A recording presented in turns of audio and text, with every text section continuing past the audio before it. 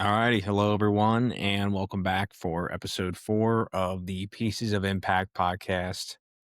My name's Steve Seger, and I'm the host here, and I am very excited for another episode here, another solo one. We're going to do 4 ideas again, just like the format of the last few episodes. Each week, if you're new here, I share a couple of ideas and things that I found helpful that made me a little better throughout the week and I thought was interesting. And I'm hopeful that by sharing it with you, you might be motivated or take something positive away from it. And hopefully it impacts you in a good way. So, in this episode, we're going to talk about a couple neat interviewing tips to gauge character of a candidate. The second thing we'll talk about is a reminder on the importance of showing up fully, even on your bad days.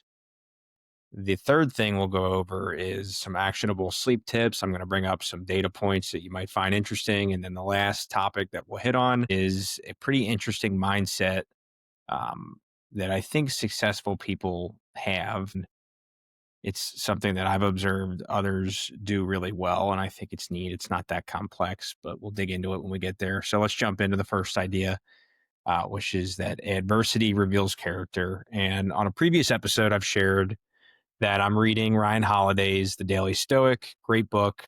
And his entry that I read a couple of days ago, I thought was pretty interesting. It was drawn from Seneca, talking about micro tests revealing who we truly are throughout our day. So think about when someone messes up your coffee order or you get cut off in traffic, your response is going to tell a lot more about you than any resume probably ever could. So Seneca's lesson is that true strength is not in avoiding difficulties, rather, it's facing them head on and not complaining or retreating or making a big deal about it. It's just taking it on the chin, moving along.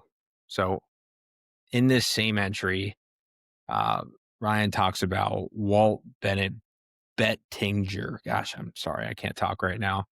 He's the CEO of Charles Schwab, and he talks about how when he would interview candidates, he would bring them to a restaurant and he'd ask the restaurant intentionally to mess up the order of the person that he's interviewing in order to watch their reaction. So he wanted to see if they would handle it with patience and grace or if they would blow up. Now, I heard this, and I mean, for someone to be able to get time with the CEO of Charles Schwab, I would hope that they would pre-screen and be able to figure out if the person has high character or not. But I think the idea itself is still interesting. I feel like very few people would blow up in front of the CEO of Charles Schwab, but maybe I'm wrong. So I think it's cool. I think it's a fun little trick. And maybe there's ways to make it applicable in other roles within any organization. So the core takeaway was that how you handle little setbacks reveal a lot more about you as a person and who you're becoming as you develop patience and you handle things differently as you grow.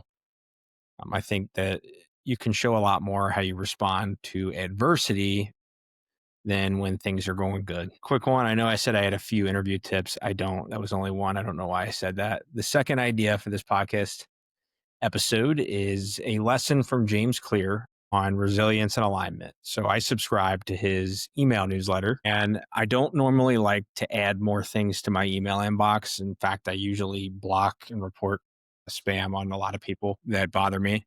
So it takes a lot for me to like someone's email list, and James does a really good job in his newsletter this week. He talked about strength and steadiness, and he wrote, I'm just going to read the quote so I don't mess it up. The strong mind finds a way to stay steady even when plans fall apart. The strong body finds a way to train even when the day doesn't go your way. The strong relationship finds a way to reconnect even when things get rough.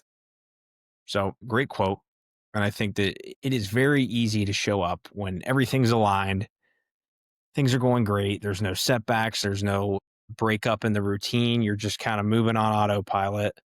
But when life throws you a wrench and you're tired, you're stressed, or your schedule's thrown off, that's when your character is going to be formed. That's when the hard things get thrown at you. That's when a lot of people normally quit. And in this newsletter, I thought it was neat. He kind of moved around a lot. So from that idea, he kind of transitioned into talking about finding things that you're okay with being difficult. I mean, you're okay with going through these because there's a purpose behind it. So he says, which activities give you the best blend of meaning and energy? And I think the way that he was trying to frame it was that you look at time not as hours on a clock, but as energy and alignment per moment. So he talks about how look at where you're spending your time and is it moving you closer as a person to who you want to be, or are you just kind of filling space and going through the motions? And notice the activities that make you light up and the ones that drain you, and try to lean more into the activities that make you light up. It's not that complex. I don't think that strength is really built in comfort and doing things that are always easy. So try to find that mix. And I think that it was a pretty powerful email, and I was excited to read it. Okay, we're going to talk about sleep. This is idea number 3. We're going to talk about actionable tips and some cool data points now to point out. Really, sleep is the ultimate performance enhancer, and a lot of people underestimate its impact. And even just small little improvements, like the ones I'm going to share here, can make a big difference in your day to day and change your energy, mood, everything. It can be life changing. Hear me out. Let's just talk about a couple practices and insights. We'll do a couple of little data points and then go into actionable tips, actually. So, first off, aim for 1 extra hour of sleep. I mean, it's not super difficult, I think. If you normally go to bed at 10:30, I go into bed at 9:30, see what happens. There was a study from the UK Biobank where they had 1,000 participants, and it showed in that study that regular sleep wake time, so waking up at the same time, going to bed at the same time, reduces your all cause mortality by 20 to 48%. Really wide range, but even if you're hitting 20%, I'm taking it. And those erratic schedules can really throw off your circadian rhythm, and it can actually be just as harmful as lack of sleep. Another thing I want to bring up is that you should track your sleep if you can. I know it might be a little annoying and tedious. If you can get a wearable, invest in like a watch. I wear a Whoop. I love Whoop. Apple Watches do it, Garmin's do it. You don't even have to do it on a watch. You can track it manually in a notebook. Just write down when you put your book or your phone down, or turn off the TV before you go to bed, what time you go to bed, and then write down when you wake up. It's helpful to see how many hours you have, and this kind of just takes away a lot of the time commitment with that. I think that just awareness alone is going to lead to improvement. Okay. Next thing is talking about your hormones and the way that sleep impacts them. So there was a Stanford study that found that 5 hours of sleep drops the fullness hormone leptin by 15.5%, and it raises your hunger hormone, which is called ghrelin, by 14.9% compared to 8 hours. So if you get 8 hours, those hormones will be where they need to be. You won't feel you won't have trouble feeling full, and you'll be less hungry, basically. So poor sleep is going to directly impact your diet and your appetite. That's the takeaway. Also, here's another one. Getting less than 7 hours per night of sleep can increase your risk of Alzheimer's, heart disease, metabolic syndrome, and weight gain. So if you're trying to avoid those things, which I think most people are, get more sleep. I think that the most adults probably should aim for between 7.5 and 8.5 hours of sleep. Try to get high quality sleep. Start by adding an hour. That's the easiest way to go about this, and then see what happens. Keep it consistent too. Go to bed at the same time. On the weekends, you need to be doing that too. I know it's hard. If you're going out, I think you should have balance in life. So that's probably fine. But know that with any decision you make in life, you give and take. So understand the trade off there. And if you like to go out, fine. But here are a couple of practical tips for better sleep. First one, avoid screens for an hour before bed. You don't even have to do an hour. Just try to do 20 minutes. Start small and work your way up. It's optional. This is optional. I don't do this myself. I can't. I struggle with it. But there's sometimes I actually will sit and listen to a book. I always kind of find that I do look at my phone right before I end up turning off the book. They do sleep timers, but I don't like them sometimes. But anyway, get morning sunlight. Try to get outside first thing and see the sun 5 to 10 minutes. If you're up before the sun, fine, but try to get out and see sunlight early on in the day. It's going to set your circadian clock. So when it is late and the sun's going down, your body's naturally going to get tired. It's going to start pumping melatonin and you'll probably fall asleep easier. The next thing is to move daily. You got to find time to exercise, even if it's 10 to 20 minutes a day of walking. Start small, work your way up. You'll get addicted once you feel how good it actually makes your body feel. Just lean into it a little bit. Go for a 20 to 30-minute walk tomorrow and see what happens, even if it's just a couple of, during a break between a phone call or parking farther away than you normally do just to get a couple extra steps. That all makes a difference. And then another thing is to develop a wind down routine, whether it's some people meditate, some people read, some people journal, anything that's going to quiet your mind. I mean, you could sit in the sauna, take a really hot shower, maybe, but that stillness where you're not being overstimulated by a screen is really going to help you. It's going to feel uncomfortable at first because you're so used to all of that input coming at you at night. So treat it as training, I guess. I mean, it's going to take practice. It's not going to happen right away. And then finally, sleep in total darkness. You need to tape every cover, every light in your room, whether you have a router over here or a power strip over there. Turn everything to complete darkness. It will help you, even if it's incrementally, it will pay dividends.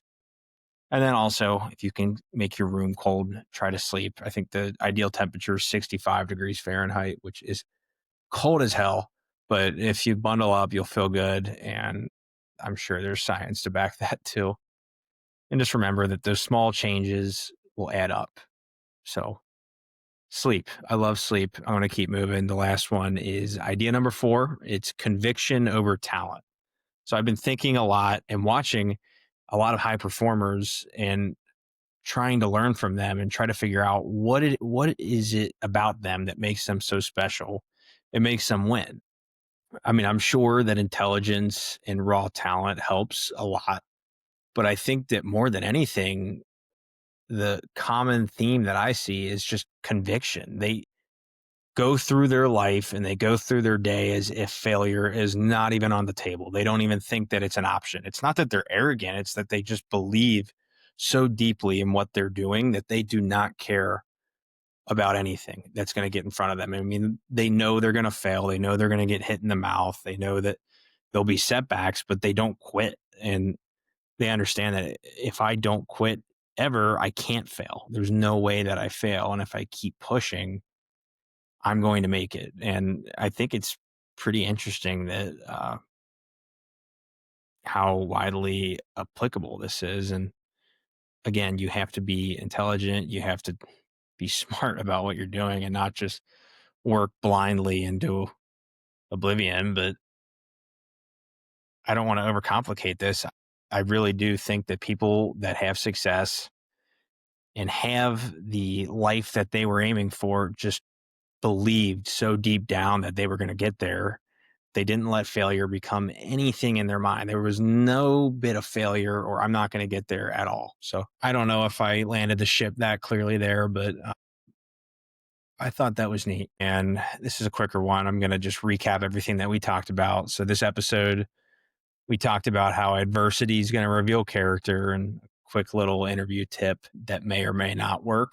And then we talked about how James Clear had a pretty cool email list that he sent out this week about showing up on your worst days. And then we talked about sleep, one of my favorite things, and a couple practical tips to improve it, a couple data points that were fun to look at. And then we just finally wrapped up talking about how conviction matters more at the end of the day than talent.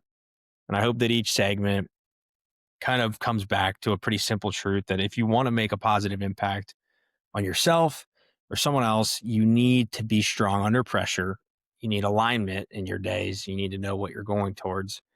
You need a well-rested body, obviously, and you just need an unshakable belief that you're going to figure it out.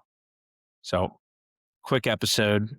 I'm excited to get back for our fifth one next week. And again, I'd like to have guests on eventually. We are getting close to that point of slowly started to build up a little bit of a catalog here. And if you have stuck around for these last few, thank you. Really means a lot if you're listening this long, and I hope you have a good rest of your week.